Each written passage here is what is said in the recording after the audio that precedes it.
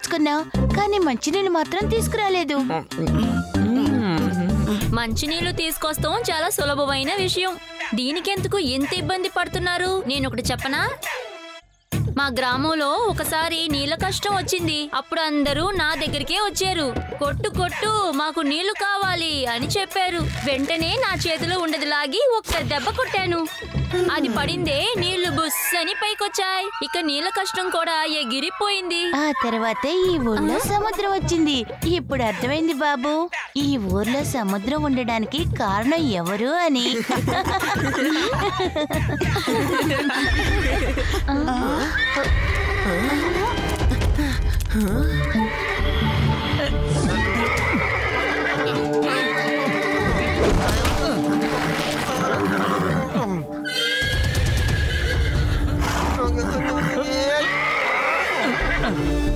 ఏదో ఒక జంతువు ఇప్పుడు ఆపదలో ఉన్నట్టు అనిపిస్తోంది. మీరిక్కడే ఉండండి, నేను వెళ్ళి చూసొస్తాను. శివ, ఈ అడవిలో భూతాలనే ఉంటాయి. దయచేసి నువ్వు అక్కడికి వెళ్ళక ప్లీజ్. భూతాల నుంచి తప్పించుకున్నా అడవిలో అనిమల్స్ ఉంటాయి. వాటి దగ్గర నుంచి నువ్వు తప్పించుకోలేవు. ఒకవేళ తప్పించుకున్నా ఏలియన్స్ నుంచి తప్పించుకోలేవు. అడవిలో చాలా ఏలియన్స్ ఉంటాయి.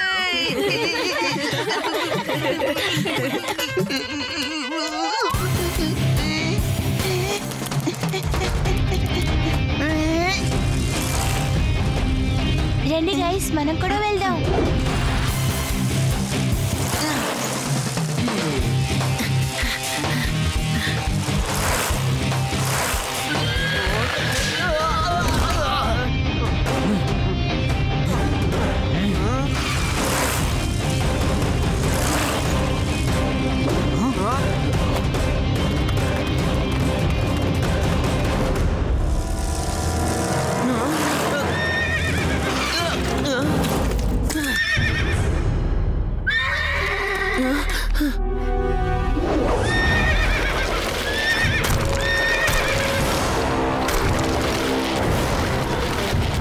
హాయ్.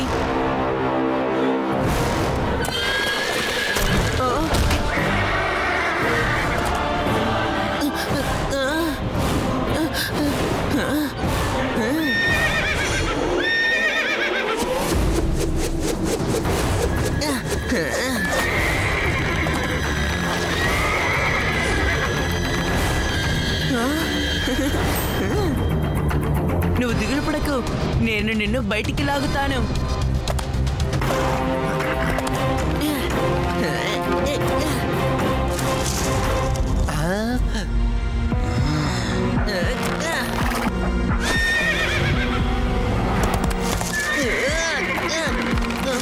చాలు చాలు, మేము ఈ గొయ్యని తవ్వింది ఎందుకో తెలుసా? ఆ గుర్రాన్ని పట్టుకోవడానికే.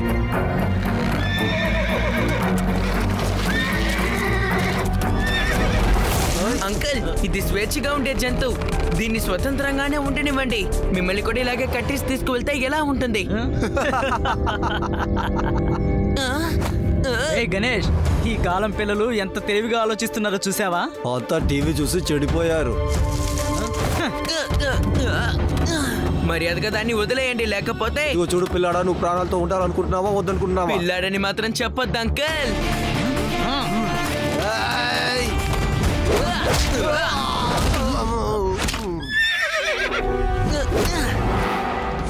శివ, నా పేరు శివ. ఈ పిల్లడు కొడుతున్నాడయ్యా, ఈ పిల్లడు కొడుతున్నాడు. వాడి వదలకు, వాడికి తగిన గుణపాఠం చెప్పు. నీకెంత ధైర్యం ఉంటే నా మిత్రున్నే కొడతావు నిన్ను.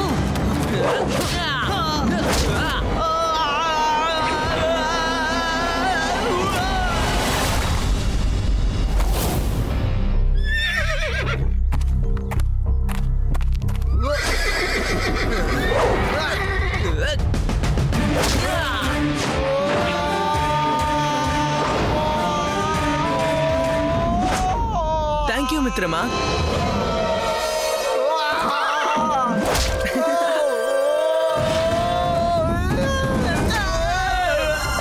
మళ్ళీ థ్యాంక్స్ మిత్రమా. ఆగు, నీ తాడుని ఇప్పతీస్తాను.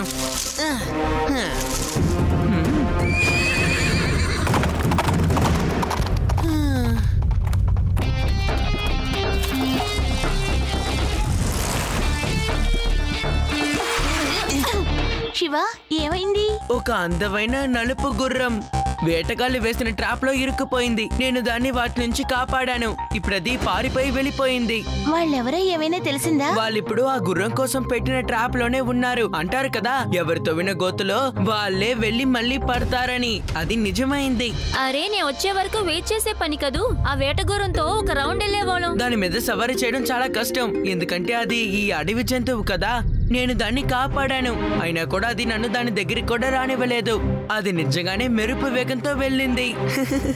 కాబట్టి మనం దాన్ని తుఫాన్ అని పిలుద్దాం. మనం దాన్ని ఇంకొకసారి కలిసినప్పుడు దాన్ని మనం తుఫాన్ అని పిలుచుకోవచ్చు.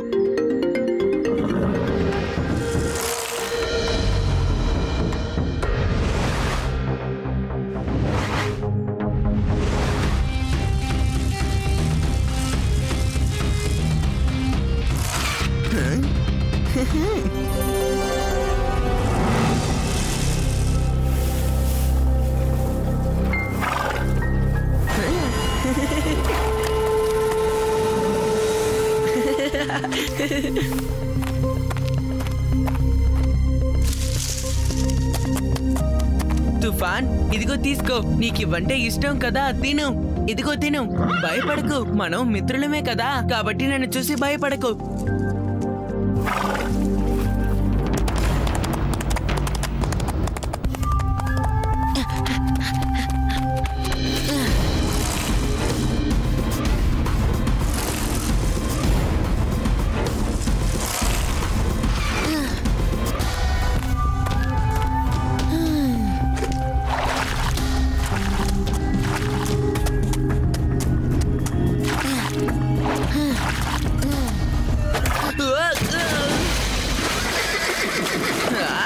నన్ను కావాలనే నెట్టావు కదా తుఫాన్. ఆగు, ఇప్పుడే నీ పని చెప్తాను.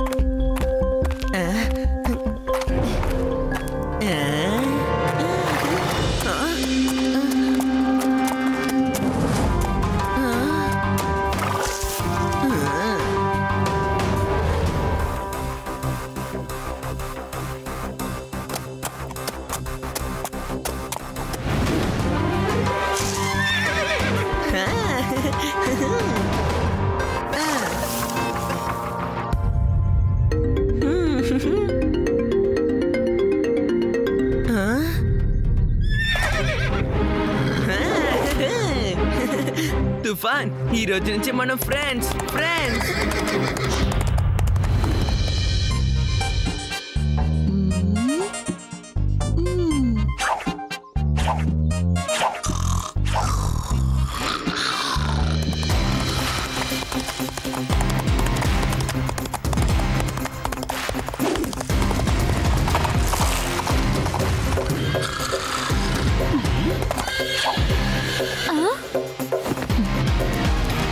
అదిగో శివ చూడు, గుర్రం మీద స్వారీ చేస్తున్నాడు.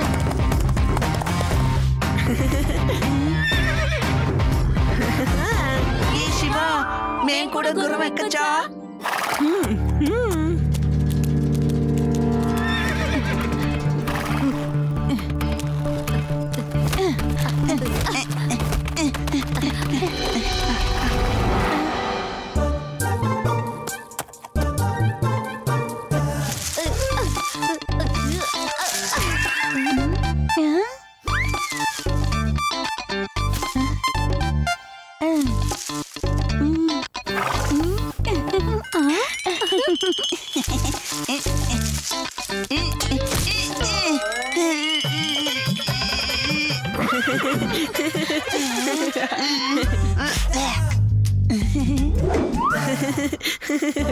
నేను చెప్పినా మీరు వినరు, కానీ horse riding without ప్యాడల్ is very dangerous. జాగ్రత్తగా వెళ్ళిరండి.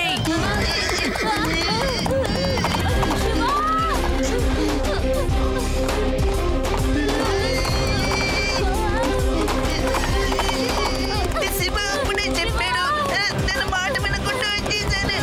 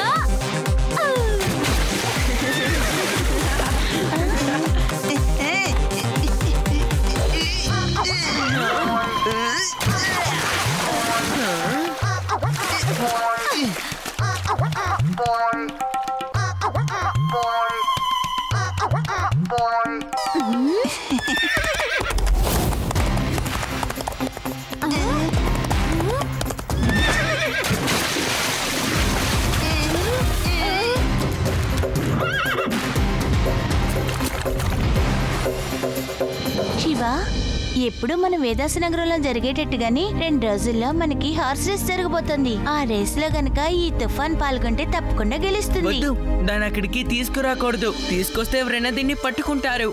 ఇది ఇక్కడ ఉండడమే మంచిది.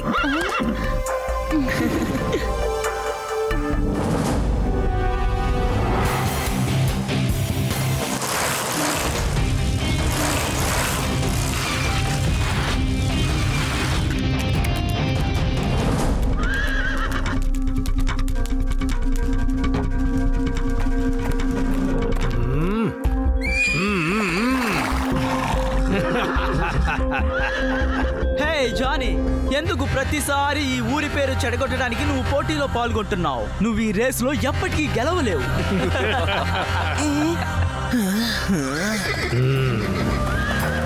సారీ సార్, నన్ను క్షమించండి. నేను ఈ సంవత్సరం రేస్లో పాల్గొనలేను. నా గుర్రానికి జ్వరం, అది వేగంగా పరిగెత్తలేదు కూడా. ఇంత షార్ట్ టైంలో నేను ఇంకొక గుర్రం తేవడం అంటే అది నా వల్ల కాదు. నిజంగా దీనికి ఒంట్లో బాగాలేదు, అందుకే రేస్లో పాల్గొనలేదు. ఒకవేళ రేస్ ఈ రోజనే తెలిసి నీ గుర్రానికి ఆరోగ్యం క్షీణించింది అనుకుంటాను. తీసుకెళ్లి హాస్పిటల్లో అడ్మిట్ చేయి. ఖాళీగా ఉంటే దాని పక్క బెడ్ లోనే నువ్వు అడ్మిట్ అవు.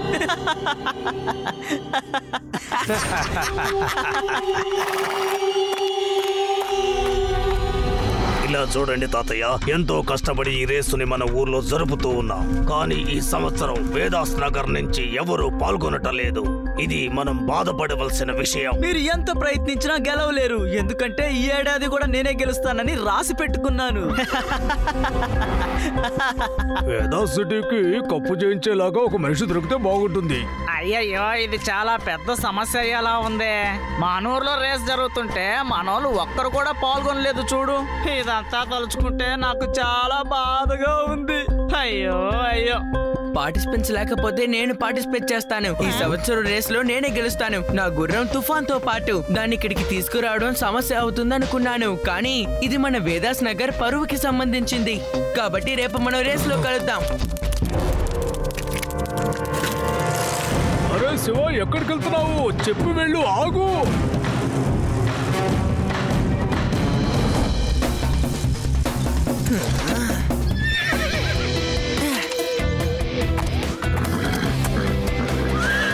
హే తుఫాన్, ఇటురా.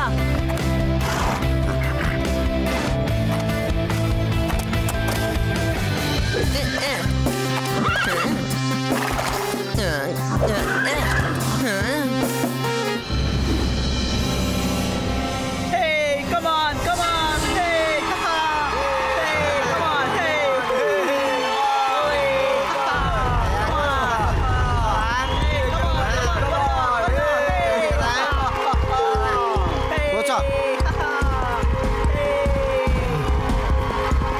ఆ పిల్లాడు ఖచ్చితంగా రాడు, ఎందుకంటే మనల్ని చూసి భయపడిపోయి ఉంటాడు.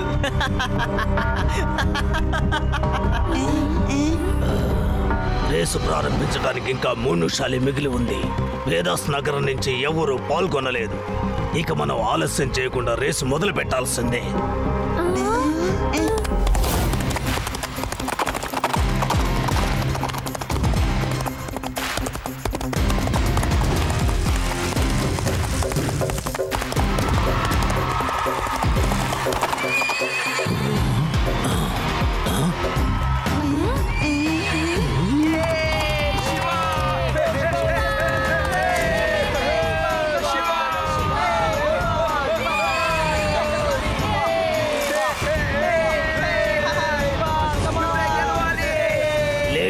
జెంటిల్మెన్, ఈ రేసుల్ని మనం 5 సంవత్సరాలుగా జరుపుతూ వస్తున్నాం. దాంట్లో 4 సంవత్సరాలుగా రఫ్తార్ సింగే గెలుస్తూ వస్తున్నాడు.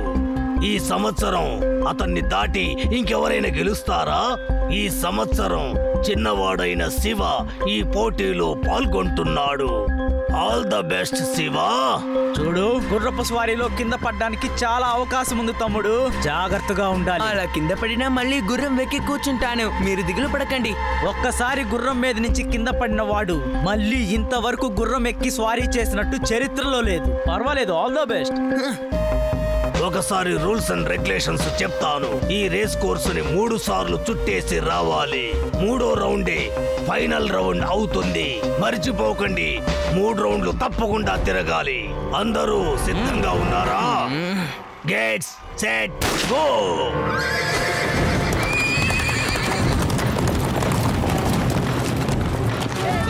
వెళ్ళు, త్వరగా వెళ్ళు.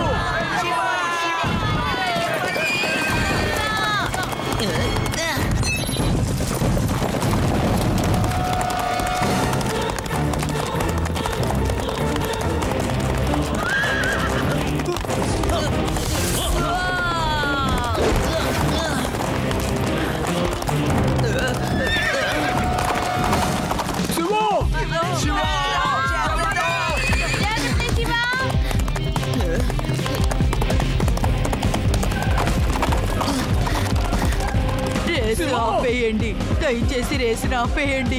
ట్రైన్ కాదమ్మా మధ్యలో ఆపడానికి, చివరి దాకా పోరాడాల్సిందే.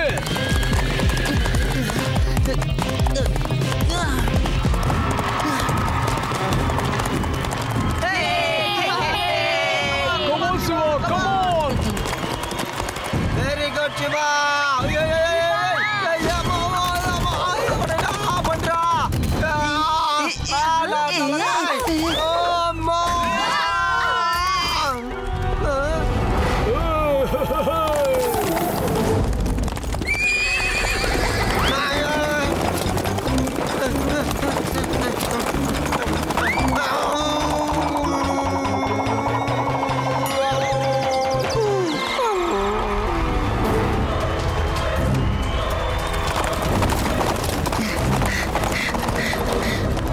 చిన్న పిల్లాడి నువ్వు, నీకింత పొగరా? ఎంత ధైర్యం ఉంటే నన్ను ఎదిరించి పోటీలో పాల్గొంటావు?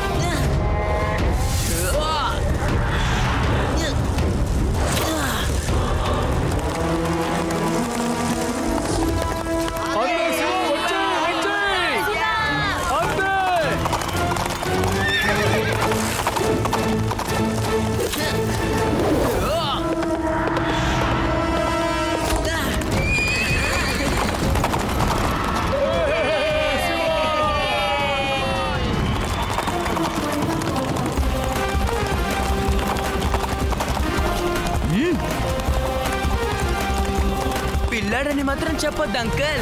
శివ, నా పేరు శివ.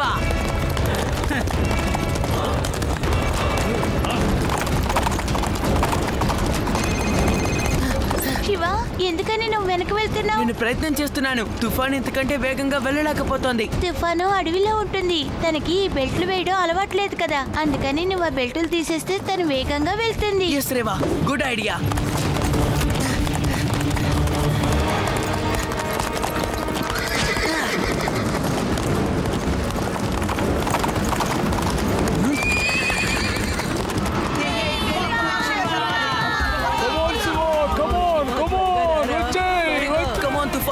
ఇంకా కొంచెం దూరమే. నీ ఫుల్ స్పీడ్ ని చూపించు.